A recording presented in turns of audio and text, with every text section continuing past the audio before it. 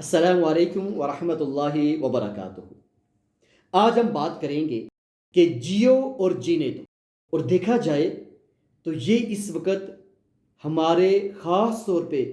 پڑھے لکھے ہوئے طبقے کے اندر کچھ تیزی سے آ رہا ہے کہ جو جہاں پہ لگا ہے اس کو لگا رہنے دو، جو جس طرح کر رہا ہے تو اسے کرنے دو، اسے بھی تو اللہ رب العالمین نے عقل و فہم دیا ہے، وہ سمجھ جائے گا۔ اور اسی طرح ایک ساتھ میں یہ سوچ بھی ہے کہ بھائی آپ اپنی نماز پہ، اپنے روزے پہ، اپنی ذمہ داری پہ، اپنی جاب پہ، اپنی مصروفیات کے اوپر دھیان دیں۔ تو آئیے حدیث مبارکہ کی روشنی میں ہم اس سوچ کو سمجھنے کی کوشش کرتے ہیں اور پھر اپنا موازنہ کرتے ہیں، اپنا محاسبہ کرتے ہیں کہ کیا یہ سوچ کہیں میرے اندر تو نہیں پائی جا رہی،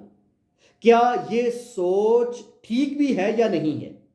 حضرت جریر رضی اللہ تعالیٰ عنہ بیان کرتے ہیں کہ میں نے نبی مکرم صلی اللہ علیہ وآلہ وسلم کو بیان کرتے ہوئے سنا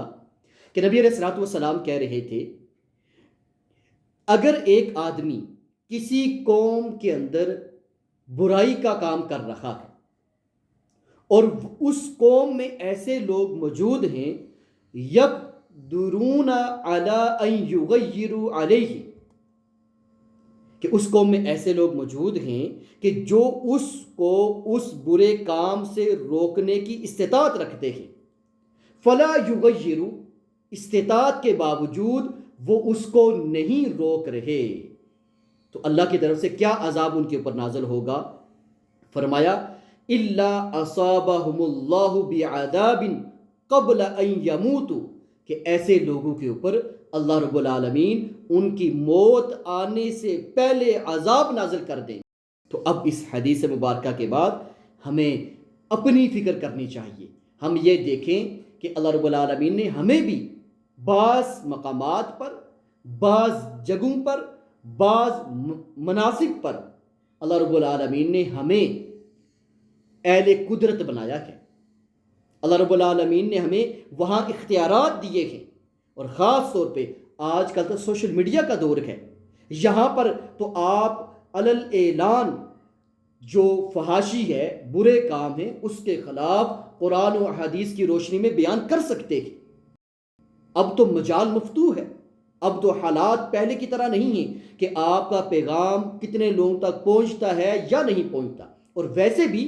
یہ ہمارا متبع نظر ہونا ہی نہیں چاہیے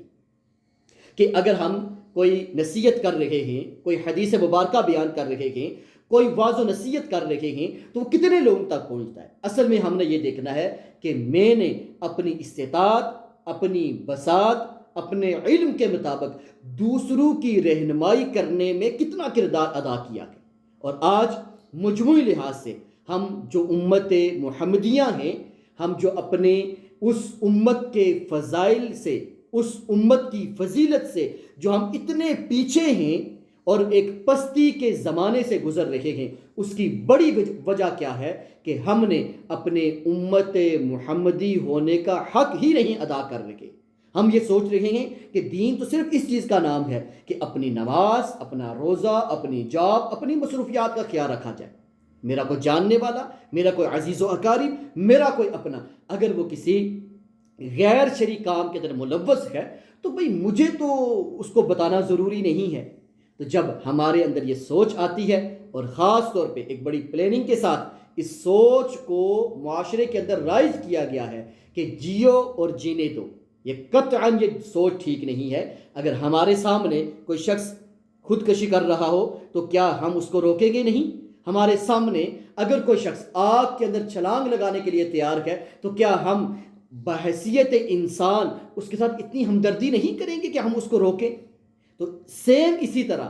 بلکہ اس سے بھی بڑھ کر ہمیں اپنے عزیز و اقارب، اپنے حلقہ احباب کو جہنم کی آگ سے بچانے کے لیے ہم نے تگ و دو کرنی ہے، ہم نے محنت کرنی ہے۔ کہیں ہمارے حلقہ احباب میں رہنے والے لوگ کہیں کسی غلطی کے اندر ملوث نہ ہو، کسی ایسے کام کے اندر ملوث نہ ہو جو قرآن و حدیث کے خلاف ہو، تو انہیں کیسے پتہ چلے گا کہ ہم یہ جو کام کر رہے ہیں یہ ٹھیک نہیں ہے؟ یہ تب پتہ چلے گا کہ جن کے پاس علم ہے وہ اپنے علم کو بیان کریں، وہ دوسروں کی رہنمائی کریں، اور ہر طرح کی خیر کی جو علم ہے وہ بھی ان تک پہنچائیں، اور اسی طرح جو شرور ہیں اور وہ کام جو شریعت کے خلاف ہیں ان سے بھی عوام کو متنبع کیا جائے،